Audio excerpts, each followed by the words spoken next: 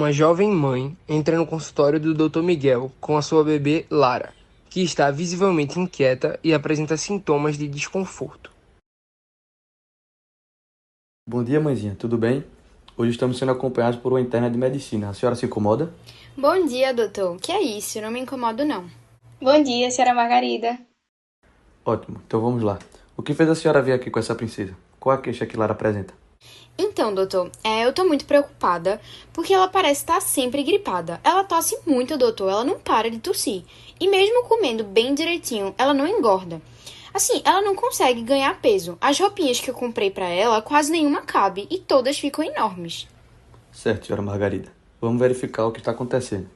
Nessa idade de Lara, com 8 meses, né, é crucial que a gente investigue direitinho, porque a criança nessa idade se desenvolve bastante, aumenta seu pezinho e tudo mais.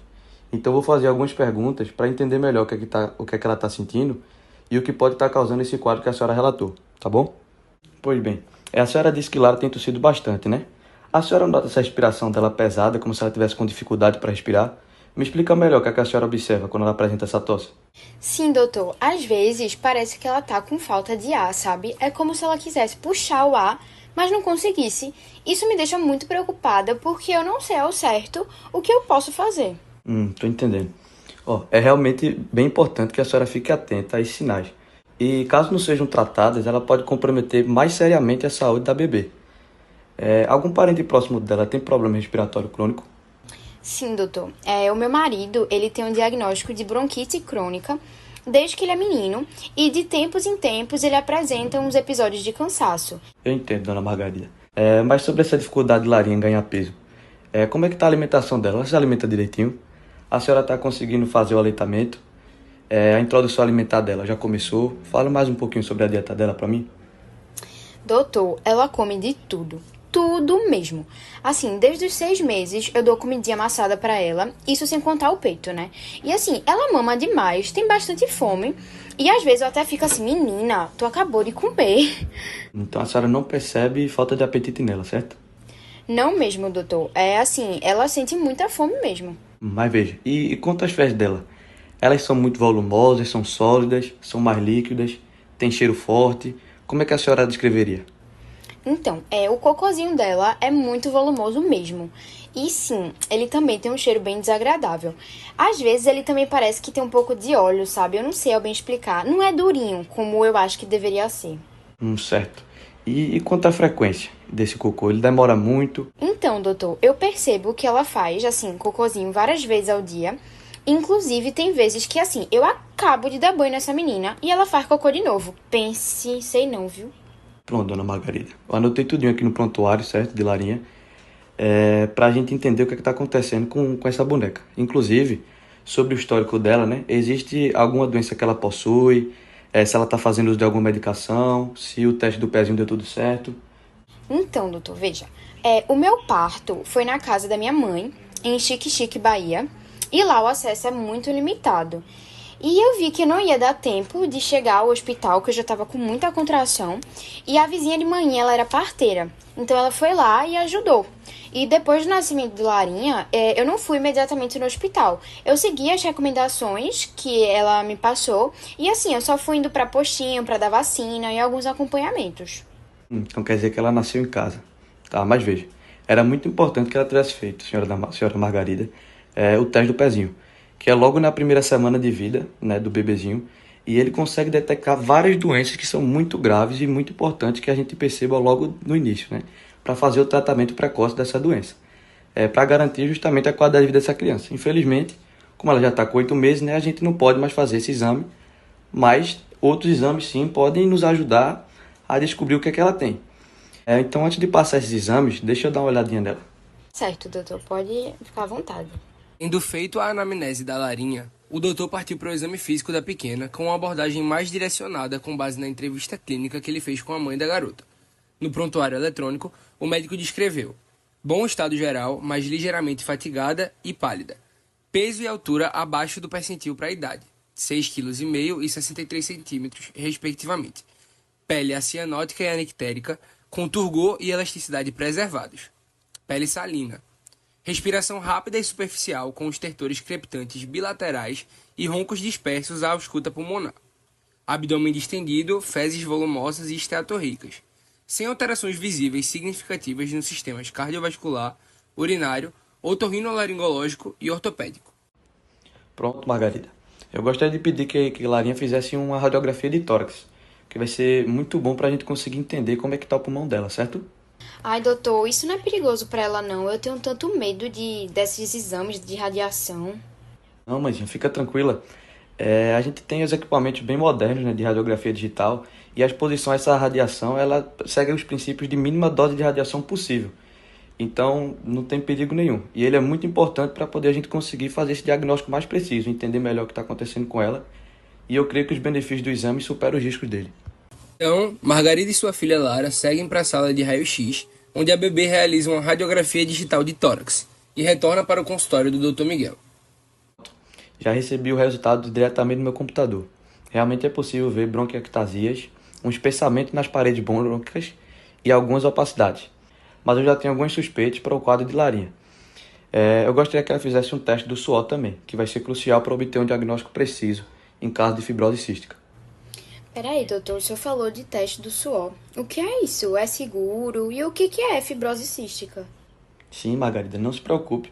O teste suor é um procedimento seguro e não invasivo que vai medir a quantidade de cloreto no suor. Eles vão usar um pequeno dispositivo que vai fazer a Larinha suar numa área específica da pelezinha dela. Aí a senhora também não vai ter custos, porque a criança de até 2 anos, com a suspeita de doença, ela tem esse exame gratuito pelo sistema de saúde, o SUS, né? E a fibrose cística é uma doença genética crônica. Ela afeta as glândulas exócrinas, causando o espessamento do muco. Tá certo, doutor. O senhor poderia me explicar melhor como é que funciona? Porque assim, eu fico doidinha quando a Lara tem que fazer alguns exames. Acho que é normal, né? Assim, mãe de primeira viagem. Aí eu fico mais segura sabendo de tudo. Desculpe, viu, doutor? Que nada, Margarida. A senhora está certíssima em perguntar. Eu que lhe peço desculpas por não ter explicado de imediato. Então, primeiro, né, a gente vai aplicar um medicamento que vai fazer Larinha suar. Na maioria das vezes é aplicado nas mãos e o nome desse medicamento é pilocarpina. Aí depois a gente vai colocar um aparelhinho na pele dela que vai dar uma sensaçãozinha de formigamento, como se fossem uns pequenos choques. E aí depois disso o suor vai ser coletado para poder ser analisado. Ah, então pelo que o senhor explicou, é um exame simples, né? Sim, é seguro e nem um pouco invasivo. É crucial para obter o diagnóstico, né, mais preciso, e vai ser através desse exame que eu vou conseguir ajudar vocês. Ai, se Deus quiser, doutor Miguel. Eu não aguento ver ela tão pequena, sabe? Tão doentinha. Não vejo a hora de eu ver ela assim, essas gripes. Inclusive, doutor, quando é que sai o resultado? Ela vai fazer hoje? Então, se a senhora for no laboratório ainda hoje e pedir urgência, eu acredito que em 2 dias úteis mais ou menos o resultado já está pronto. Aí a senhora pode voltar com os resultados que a gente conversa melhor. Tá certo, doutor. Eu vou lá agora mesmo. Finalizada a consulta, Margarida e sua filha Lara seguem para o laboratório fazer o teste do suor e no consultório o médico inicia uma discussão com a interna que estava o acompanhando no hospital para debater o caso da Lara. Aristoteles, eu gosto de discutir um caso de uma bebê com você. Ela está com suspeita de fibrose cística. Tem sintomas respiratórios, digestivos e histórico familiar. Sim, fibrose cística, né? Isso. A radiografia mostrou sinais claros de infecção crônica e bronquiectasias. Eu acredito que seja mesmo fibrose cística. Aí eu pedi o teste suor para ela, para poder a gente saber ter os resultados do nível de cloreto. Doutor, então, eu acho que eu não prestei atenção nas aulinhas aí de bioquímica, biofísica e fisiologia. Eu não lembro muito bem de fibrose cística. Né? Aparentemente você perdeu a oportunidade de aprender com as professoras Priscila, Cássia Moura e Marcela. Doutor, eu posso explicar? Não precisa explicar não. Afinal você está aqui para aprender, né? Então vá para casa, dê uma estudada sobre a doença. Eu quero que você volte amanhã sabendo de tudo. Pode deixar, doutor. Vou estudar bastante hoje e voltar sabendo de tudo amanhã.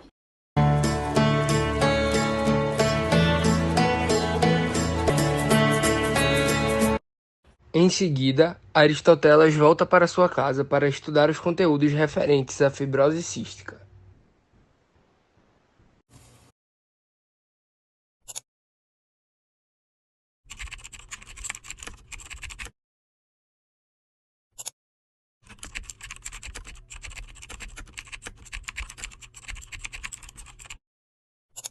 Bom dia, boa tarde, boa noite. Bem-vindos a mais uma aula do nosso canal, o Metaboflix. Eu sou o Gabriel Duarte e hoje nós iremos falar sobre a fibrose cística, que é uma doença metabólica rara e iremos falar sobre vários aspectos dela. A doença, no mundo, acomete cerca de 160 mil pessoas. Já no Brasil, segundo o último relatório anual do Grupo de Estudos em Fibrose Cística, acomete 6.427 pessoas. Já no Pernambuco, são 153. De acordo com o Ministério da Saúde, 1 a cada 10 mil pessoas nascidas vivas irão nascer com essa síndrome, com a fibrose cística. E é uma doença, inclusive, que tem uma prevalência muito maior na população branca. Inclusive, no Brasil, 69,04% das pessoas com fibrose cística são brancas. Esse cenário também existe mundialmente, já que a fibrose cística é uma doença muito rara em populações asiáticas e africanas. É também, inclusive, interessante falar que, na fibrose cística, nos últimos anos, 53,2% dos diagnosticados foram diagnosticados através da triagem neonatal, que a gente vai explicar um pouquinho melhor mais na frente, com o Pedro Gouveia. Agora falando um pouco sobre os sintomas da fibrose cística, eles podem ser respiratórios, digestivos e outros. Começando pelos respiratórios, esse paciente ele pode ter asma, cianose, sinusite crônica, pneumotórax, pólipos nasais, que vão ser devido a inflamações crônicas, devido à camada de muco, que vai estar atraindo várias infecções. O paciente também pode ter baqueteamento digital, que vai ser devido à hipóxia. Esse paciente ele pode ter uma tosse persistente, que vai derivar em vômitos, dificuldades no sono. O paciente também pode ter retrações intercostais, que pode evoluir também para o constante uso de músculos acessórios na respiração e uma deformidade em formato de barril do nosso tórax. Nos sistemas digestivos, nós podemos falar do ilho meconial, que acontece muito em lactantes ainda, que vai ser uma obstrução do intestino delgado e vai estar causando vômitos e distensões abdominais. A insuficiência pancreática também é muito comum, devido à obstrução de ductos pancreáticos por conta desse muco, que pode levar a danos ao pâncreas. Isso pode causar diabetes, mas também pode causar fezes volumosas e oleosas, pode causar diarreia, que se não tratados, vão estar gerando um prolapso retal desse paciente. Esse paciente também pode ter refluxos, dificuldades para ganhar peso, devido à má absorção de vários nutrientes e vitaminas, que também podem gerar uma osteoporose nesse paciente. Ele pode ter doenças hepáticas, azospermia obstrutiva. A azospermia obstrutiva é uma obstrução de dutos deferentes no homem que podem levar à infertilidade. Esses dutos deferentes vão ser obstruídos por conta de muito muco. O paciente também pode ter uma pele salgada, devido à alta excreção de sal. Por conta dessa pele salgada, essa doença também é conhecida popularmente como doença do beijo salgado. Agora um pouquinho mais com Pedro Gouveia. Fala galera do canal Metaboflix, aqui quem fala é o professor Pedro e hoje eu vou falar um pouco sobre o diagnóstico e os tratamentos da fibrose cística, tá certo? Como vocês podem ver, a triagem neonatal, também conhecida como teste do pezinho, é sim a forma mais precoce de diagnóstico dessa doença, tá certo? Ela consiste basicamente na coleta de uma pequena amostra de sangue ali do calcanhar do paciente e essa amostra é submetida a algumas dosagens, entre elas a dosagem de IRT, tripsina imunorreativa, que é o padrão bioquímico analisado na fibrose cística, tá certo? Basicamente, duas dosagens elevadas desse IRT justificam a solicitação do teste do suor, que é o padrão ouro para diagnóstico dessa doença, e consiste basicamente em uma iontoforese por pilocarpina, que estimula ali a sudorese em uma região da pele do paciente. Esse suor é então coletado e submetido a uma dosagem de cloreto. Dessa forma, como vocês podem ver aqui nessa tabela que eu coloquei, dosagens de cloreto acima de 60 mmol por litro de suor do paciente são sim testes positivos para a fibrose cística, tá certo? Além do teste do suor, temos também a diferença de potencial nasal, que avalia a funcionalidade dos canais de cloro na mucosa nasal do paciente. Entretanto, esse método diagnóstico é restrito à área da pesquisa atualmente e não é utilizado na prática clínica, tá certo? Além disso, temos o teste genético, que ele avalia a presença ou não de duas mutações ali, mutações patogênicas no gene da fibrose cística, tá certo? Esse teste genético, ele tem quase 100% de certeza diagnóstica para a fibrose cística, tá certo? A partir disso, dessas 4 formas de diagnóstico, nós podemos iniciar ou não um tratamento, que como vocês podem ver, é um tratamento muito amplo, que consiste basicamente em uma abordagem multidisciplinar que visa tratar os sintomas e melhorar, retomar as funções orgânicas desse paciente. Tanto do trato respiratório, com os exercícios, a fisioterapia respiratória, e até o tratamento medicamentoso mesmo, com broncodilatadores, agentes mucolíticos como a dornase alfa, e também a antibiótico terapia, que previne as infecções recorrentes, tá certo? Mas não só do trato respiratório, como também do trato digestório. Como é que a gente vai fazer isso? Através da suplementação de sais, suplementação de vitaminas, através da prescrição de um nutricionista de uma dieta hipercalórica e hiperproteica, que é associada a uma terapia de reposição enzimática, mais especificamente das enzimas do pâncreas exócrino, a gente vai conseguir recuperar essas funções orgânicas do trato digestório do paciente. Além disso, é essencial que a gente utilize anti-inflamatórios e a gente assista de perto a questão das infecções recorrentes, tá certo? Agora a professora Clara vai falar um pouco mais sobre a fisiopatologia da doença e é isso, me despeço de vocês aqui. Oi gente, aqui é Clara, professora do Metaboflix, e eu vou conversar um pouco com vocês hoje sobre a parte bioquímica e genética da fibrose cística. Bom, a fibrose cística é uma doença genética autossômica recessiva causada por mutações no gene CFTR, que traduzido para o português é conhecido como gene regulador de condutância transmembranar da fibrose cística. A mutação ocorre no braço longo do cromossomo 7, no lóculo Q31, como vocês podem ver aqui na imagem. O gene CFTR ele é composto por 250 kilobases de DNA dividido em 27 exons, e a proteína que é produzida é conhecida como a proteína CFTR, que contém 1480 aminoácidos. Essas proteínas, quando elas são produzidas, elas são enviadas para a superfície celular, e aqui elas funcionam como canais, que permitem a entrada de água e de íons, como o cloreto. Isso é muito importante para a manutenção do equilíbrio iônico e hídrico do nosso corpo, principalmente na mucosa das vias respiratórias e no sistema digestório. Vocês vão entender isso com mais profundidade já quando a gente falar sobre a fisiologia da fibrose cística. Bom, com essa mutação, às vezes a gente não tem a proteína CFTR, ou tem, mas ela é subfuncional, o que atrapalha esse equilíbrio osmótico que deveria existir e acaba formando um muco espesso e viscoso, que atrapalha o funcionamento normal do nosso corpo. Falando agora especificamente da proteína CFTR, ela é uma glicoproteína localizada na membrana apical das células e ela é composta por 5 principais regiões. Primeiro, a região TMDs, conhecida como os domínios transmembranares. Aqui, esses TMDs eles são formados por 6 segmentos hidrofóbicos, que é onde permite a passagem dos íons cloreto. Já a segunda região, um pouco mais embaixo, de TMDs, conhecidas como as regiões de ligação de nucleotídeos, é onde acontece a ligação e hidrólise do ATP, que fornece a energia necessária para abrir ou fechar esses canais de cloreto. Por último, a gente tem o domínio R, ou a região reguladora, que é onde acontece a fosforilação de proteínas quinase, como a proteína quinase A. Com essa fosforilação, a gente permite que o ATP seja ligado nas NBDs e, consequentemente, tudo acontece. A proteína quinase ela é ativada quando a gente tem um aumento do nível intracelular do AMP cíclico. Bom, a fibrose cística ela é composta por mais de 2.000 variações genéticas que são divididas em 6 principais classes. A primeira classe, como vocês podem ver aqui na imagem, acontece o impedimento da transcrição ou tradução correta desse gene, então não existe a proteína. Já na classe 2, a proteína existe, mas ela é mal dobrada, o que é reconhecida pelo retículo endoplasmático, e ela é levada para os proteossomos, onde vai acontecer sua degradação. Já na classe 3, a proteína é produzida, ela vai para a membrana, mas ela não responde aos estímulos para ativar como ela deveria. A classe 4, ela também tem a proteína, ela vai para a membrana, mas ela não conduz o tanto de cloreto como uma proteína normal deveria. A classe 5 e 6, na classe 5 a gente vê que tem uma quantidade reduzida ou afetada, a estabilização dos RNA mensageiros, e na última classe, a classe 6, a proteína existe, ela vai para a membrana, mas ela é removida e degradada com muito mais velocidade do que ela deveria. A mutação do nível 1, 2 e 3, da classe 1, 2 e 3, ela está associada a fenótipos mais graves dessa doença. Já as outras estão associadas a fenótipos dessa doença de uma forma mais leve. A mutação mais conhecida da fibrose cística, que está presente em 70% dos pacientes, é a mutação delta F508, que acontece a remoção desses 3 nucleotídeos, o que acaba levando para fora um aminoácido da fenilalanina. Isso faz com que a proteína seja mal produzida, e tem todas aquelas consequências que eu citei para vocês. A mutação delta F508 é conhecida como a classe 2.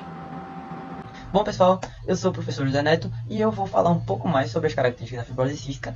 Como meus dois colegas já falaram muito bem aqui para vocês, eu vou continuar mergulhando um pouco mais fundo nessa questão fisiopatológica e como a doença atua no nosso corpo, certo? A fibrose cística, ela se caracteriza por uma extensa disfunção das nossas glândulas exócrinas. Ela acaba por produzir secreções espessas, pegajosas, que vão entupir ali, aderir a ductos, tubos, passagens dentro dessas glândulas e vão complicar muito a função dessas estruturas, certo?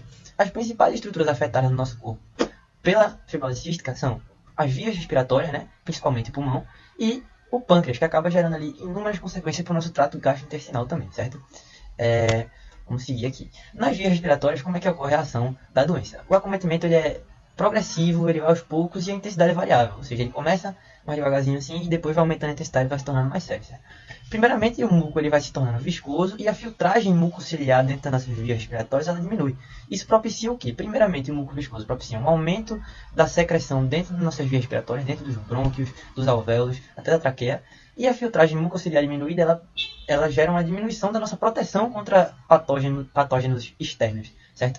Então, o que é que isso vai propiciar? Sinusite, bronquite, pneumonia, decorrentes do acúmulo e da inflamação gerada por essas secreções, e bronquiectasias, que seriam o quê? Bronquiectasias seriam a dilatação gerada nos nossos brônquios pelo acúmulo de secreção, que vai acabar por romper essas estruturas e causar vários danos às estruturas, à estrutura física mesmo dos nossos brônquios e das nossas vias respiratórias, certo?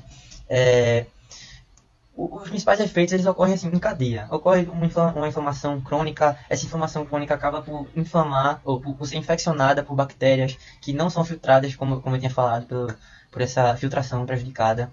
E isso vai progredindo até, em última instância, chegar a uma insuficiência respiratória e progressivamente a morte, que é o que a gente não quer que o nosso paciente chegue, certo? A melhor maneira de se diagnosticar essa questão é pela radiografia do tórax. Eu acho que a maioria aqui sabe que é radiografia, certo? Um método de exame em vivo que utiliza radiação como? A radiação é emitida pela máquina, passa ali pelo corpo do paciente, é absorvida de maneiras diferentes pelos tecidos moles, tecidos duros, e gera uma imagem no sensor logo abaixo do paciente, certo? Nesse caso específico, ele vai ser muito bom para identificar as bronquiectasias, porque aquele muco que se acumula ali nas vias respiratórias, ele é radiopaco, então ele vai absorver também a radiação e vai ser mostrado bem essa dilatação por meio da radiografia, certo? Indo mais para o outro sistema que é acometido, vamos para o sistema gastrointestinal no pâncreas. Os canalículos pancreáticos eles vão ser obstruídos por esse muco que se acumula, certo? Esse muco espesso e viscoso. Com isso, vai ser impedida a liberação das enzimas pancreáticas no nosso duodeno e não vai ter como os carboidratos, lipídios, proteínas serem digeridos da forma correta, certo? Por essas enzimas. Além disso, vai ter a diarreia crônica como uma manifestação clínica, porque os nutrientes, quando eles não são absorvidos, eles vão passar diretamente para serem excretados, certo? E, por último, vai existir uma diminuição na secreção do bicarbonato de sódio, que é extremamente importante para neutralizar a secreção gástrica que vem do nosso estômago até o duodeno. E com isso vai existir uma acidificação muito grande do duodeno. Com isso, as enzimas pancreáticas que ainda conseguirem passar, apesar dessa obstrução, elas não vão ser eficazes, porque elas vão ser desnaturadas por aquele pH ácido da secreção que vem do nosso estômago. Era isso que nós tínhamos para falar hoje sobre fibrose cística. Muito obrigado a todos que assistiram, espero que vocês tenham entendido. E voltem aqui no nosso canal Metaloflix para assistir todas as outras aulas sobre esse assunto. Muito obrigado, e é isso. No dia seguinte, a senhora Margarida volta para o consultório com os resultados dos exames em mãos para mostrá-los ao Dr. Miguel e fechar o diagnóstico. Agora, a interna poderá mostrar tudo o que estudou. Bom dia, doutor. Aqui está o resultado que o senhor me pediu. Ótimo, Margarida. Deixa eu dar uma olhadinha. Os exames realmente confirmam que é fibrose cística, tá? O SOA dela está em 64, que é bastante acima dos valores normais, que geralmente devia estar abaixo de 30. Mas se preocupa não, que a gente vai iniciar o tratamento para controlar todos os sintomas e melhorar a qualidade de vida dela. Ai, muito obrigada, doutor. Eu tô muito aliviada por finalmente saber o que está acontecendo e pronta para começar esse tratamento. Tá, vê? O tratamento ele é multidisciplinar, certo? Então ele vai incluir várias abordagens e eu vou explicar cada uma direitinho para você, certo? Claro, doutor. Quero fazer tudo o que for necessário. Então, a gente vai iniciar com a fitoterapia respiratória para ajudar a limpar as secreções dos pulmões da larinha. Aí você vai envolver algumas técnicas como percussão torácica e alguns exercícios respiratórios. Mas como é que a gente vai poder fazer isso em casa? Então, eu vou encaminhar para um fisioterapeuta especializado nisso. Aí ele vai te ensinar as técnicas direitinho para a senhora praticar em casa. Ela vai precisar de alguns medicamentos para ajudar a manter essas vias respiratórias desobstruídas e combater as infecções, né? Então eu vou lhe passar broncodilatadores e antibióticos, certo? Esses medicamentos, eles têm algum efeito colateral? Podem ter, mas a gente vai monitorar de perto e ajustar se for necessário, para minimizar qualquer possível efeito adverso que larinha pode ter. Mas além disso, senhora Margarida, a fibrose cística pode causar uma má absorção de nutrientes. Aí a larinha vai precisar de uma dieta bem rica em calorias e suplementação de enzimas para ajudar na digestão, tá? Como é que isso funciona? A gente precisa fazer isso junto com a nutricionista, certo? Porque a gente vai garantir que ela receba todas as calorias, todos os nutrientes que são necessários, né, e adequados para ela. Então, provavelmente, ele vai adicionar algumas enzimas pancreáticas nas refeições para poder ajudar a larinha a absorver esses nutrientes que ela está precisando. Tô entendendo. E com que frequência, doutor, a gente tem que voltar para essas consultas? Então, agora no começo é muito importante que as consultas sejam mais frequentes, para poder acompanhar bem de pertinho e a gente conseguir ir ajustando o tratamento. Mas com o passar do tempo a gente vai espaçando mais, né? Quando esse monitoramento já estiver mais bem definido. Entendi. Muito obrigada, viu, doutores? Eu tô realmente muito esperançosa com esse tratamento.